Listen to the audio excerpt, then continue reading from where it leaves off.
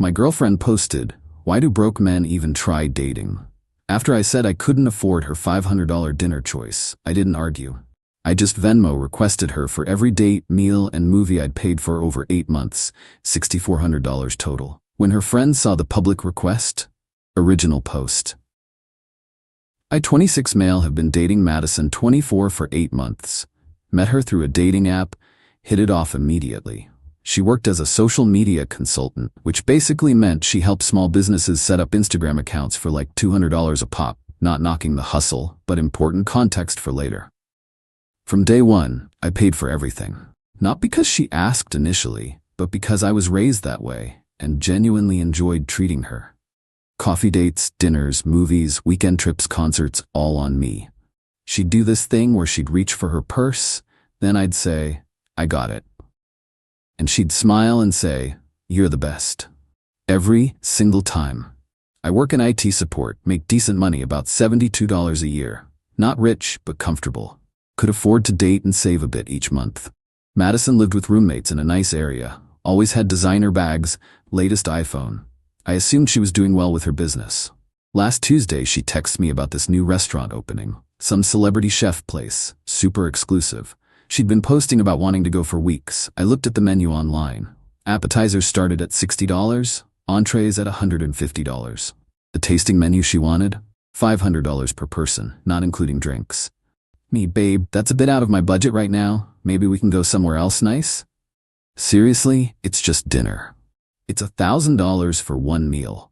That's my entire entertainment budget for 2 months. Wow, I didn't realize you were struggling financially. Me, I'm not struggling. I just can't drop $1,000 on dinner randomly. My ex would have made it happen. This is embarrassing. Then radio silence for 3 hours. I'm at work thinking we're having our first real fight over some overpriced food. Then I see it. She posted on her Instagram story, "Why do broke men even try dating?" Like, sir, if you can't afford to treat a woman properly, just stay home and level up first. This is embarrassing. She didn't tag me, but her friends knew who she was dating. The comments started rolling in on her actual post. Period. Know your worth, queen. Men really out here wanting girlfriends on a McDonald's budget. This is why I have a 3-date rule. If he doesn't spend at least $200 on the first date, next. I sat at my desk, staring at my phone. 8 months. 8 months of paying for everything, never complaining. And this is what she thinks of me. I'm broke because I won't blow $1,000 on dinner. I didn't text her. Didn't call. Instead, I opened my banking app and started scrolling through 8 months of statements. Every dinner, every movie, every coffee, every weekend trip. I screenshotted everything. Then I opened my notes app and started calculating. It took me 2 hours. 2 hours of adding up every single thing I'd paid for. The total, $6,427. That's when I decided, no arguments, no emotional texts, just pure, simple accountability. I opened Venmo, set it to public, and sent her a request for $6,427. In the description I wrote, 8 months of dates, dinners, movies, and trips. Since I'm too broke to date properly, here's your half of our relationship expenses. Thanks for clarifying my financial situation. Then I went back to work. Update 1, 2 days later. The aftermath was immediate and spectacular. Within 30 minutes, her best friend Kelsey called me. I didn't answer. Then Brittany, another friend, then Ashley, then Madison herself, 14 times in a row. I let them all go to voicemail. The texts started flooding in. "Madison, what the hell is wrong with you? Take it down now. This is psychotic behavior. You're really doing this over one dinner? Everyone can see this. Answer your phone." I didn't respond to any of them, but I was watching the Venmo comments roll in. See, when you make a Venmo request public, people can comment. And boy, did they comment. My buddy James, 8 months? Bro was funding a whole relationship solo. My coworker Dennis, this man kept receipts, respect. Random stranger, not the itemized relationship invoice. But then Madison's friend started damage control. "Kelsey, this is abusive behavior. Making this public is financial abuse." Ashley, "Small dick energy for real. A real man wouldn't keep track." Brittany, "Imagine being this petty over your girlfriend wanting nice things." That's when something interesting happened. Other people, strangers, started responding to them. Financial abuse is making someone pay for everything, then calling them broke publicly. So he's supposed to go bankrupt for her Instagram photos? $6,400 in 8 months? That's literally a used car. The request had over 300 likes within 2 hours. Someone screenshotted it and posted it on Twitter. It started going mini viral. Madison showed up at my apartment that evening. I saw her through my Ring doorbell, standing there in the designer coat I'd bought her for her birthday, holding the Michael Kors bag I'd gotten her for our 6-month anniversary. I didn't answer. Madison, I know you're home. Your car is here. Hey Madison, did you come to pay the Venmo request? Open the door. We need to talk. About what? How broke I am. I was just venting. You know I didn't mean it. Me, you meant it enough to post it publicly and let your friends trash me. Madison, down the Venmo request and we can talk. Pay the request and we can talk. She stood there for another 10 minutes, alternating between crying and yelling. My neighbor came out to check what was happening. Madison told her I was being abusive by not letting her in. My neighbor, bless her heart, said, "Honey, he doesn't have to let you in his home. That's not abuse, that's boundaries." Madison left after that. That night, she tried a different approach. She posted a Notes app screenshot on her story. Since someone wants to be petty and count pennies, here's the truth. I've given this man emotional labor for 8 months. Listened to him complain about work every day. Helped him pick outfits. Spent my time making him look good in front of his friends. Decorated his boring apartment. Taught him about wine. Elevated his whole life. But sure, let's talk about dinner money. Some of y'all really don't understand that a woman's presence is the prize. The audacity to request money from me, like I'm some random person and not someone who upgraded his entire existence. This is why I'm done dating broke and cheap men. I screenshotted that too. Then I did something petty. I'll admit it. I posted my own story, just one photo, a screenshot of her LinkedIn, where she listed her income as entrepreneur, social media consultant with her actual business website. The website that showed she'd had exactly 3 clients in the past year. The math wasn't hard to do. Caption: interesting definition of upgrading my existence from someone who made less than $3 last year, but owns $10 worth of designer goods. Math isn't mathing. Anyway, still waiting on that Venmo payment for the lifestyle I apparently couldn't afford to provide. My phone exploded. Update 2, 1 week later. The social media war escalated quickly. Madison's friends created a whole narrative about me being an abusive narcissist who financially manipulated a young woman. They started a hashtag, financial abuse is real. I mostly stayed quiet, but the receipts spoke for themselves. My friends, God bless them, started pulling their own receipts. James posted a screenshot of Madison's story from 2 months ago, where she was bragging about never having to pay for anything because I'm just that girl. Dennis found her TikTok where she literally had a video titled "How to Get Him to Pay for Everything Without Asking," with tips like always forget your wallet and mention something you want and wait. If he doesn't offer to buy it, he's not the one. But here's where it gets interesting. Madison's roommate, Taylor, reached out to me privately. Taylor: "Hey, I know we don't really know each other, but I thought you should know some things. Madison hasn't paid her rent in 2 months. She owes me and our other roommate like $3,200 total. She keeps saying her business is about to take off. Now I see where her money was actually coming from. I'm sorry this happened to you." Wait, she hasn't paid rent? Nope, but she somehow afforded a $2K bag last month. We were about to have to kick her out. She's been using your money to keep up appearances while screwing over everyone else. I asked Taylor if she'd be willing to go on record. She said absolutely. Meanwhile, Madison's damage control continued. She went on her friend's podcast. Yes, her friend had a podcast with 12 listeners to tell her side. Some highlights.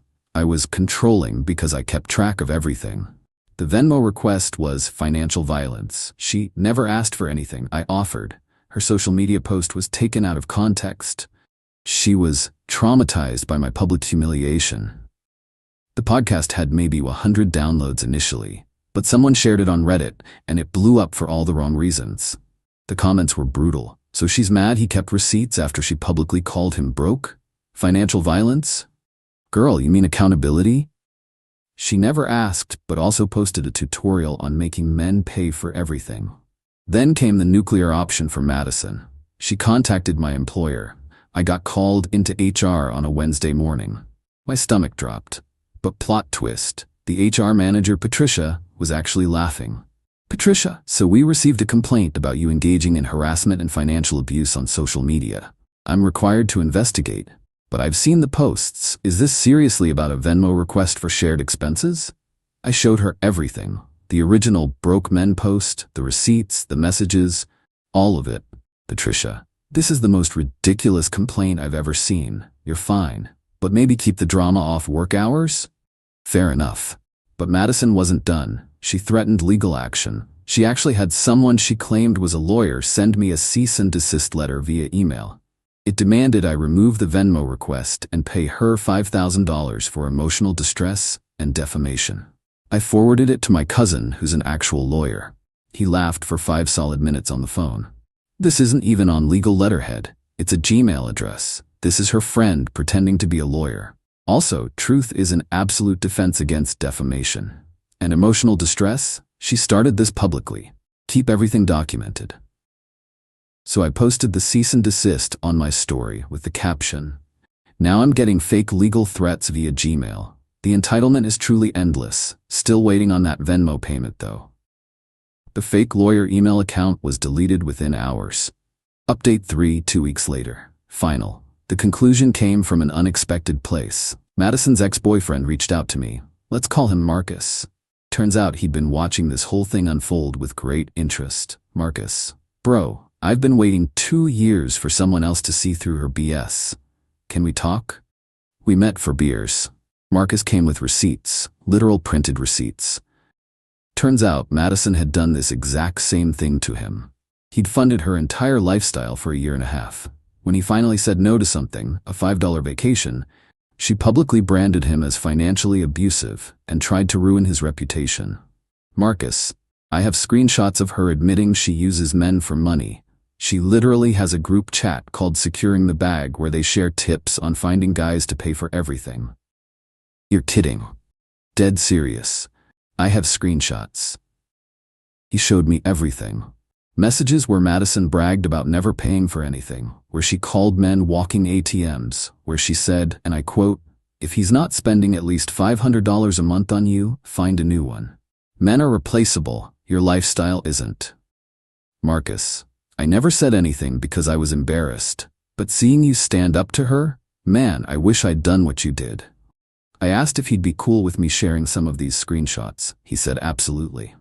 That evening, I made my final post. I shared 3 screenshots from Madison's group chat, with her friends' names blurred, showing her bragging about using me for money. The worst one was from a week before she called me broke. Madison in the chat, he's starting to push back on expensive dinners. Time to find the next one. This one's only good for about $800 a month now. Her friend, girl, maintain until you find a replacement. Never leave money on the table. Madison, true.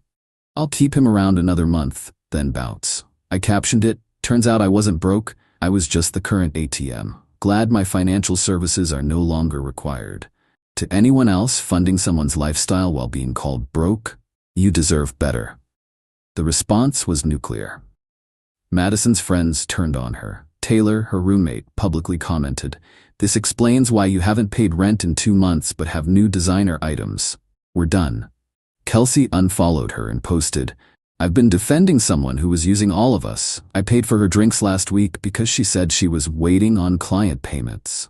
I'm sick." The Securing the Bag group chat got leaked in full on Twitter. Turns out there were 12 women in it, all sharing tips on financially exploiting men. The backlash was swift and brutal. 3 of them were fired from their jobs when employers found their posts about using company events to find rich men. Madison tried one last desperate move.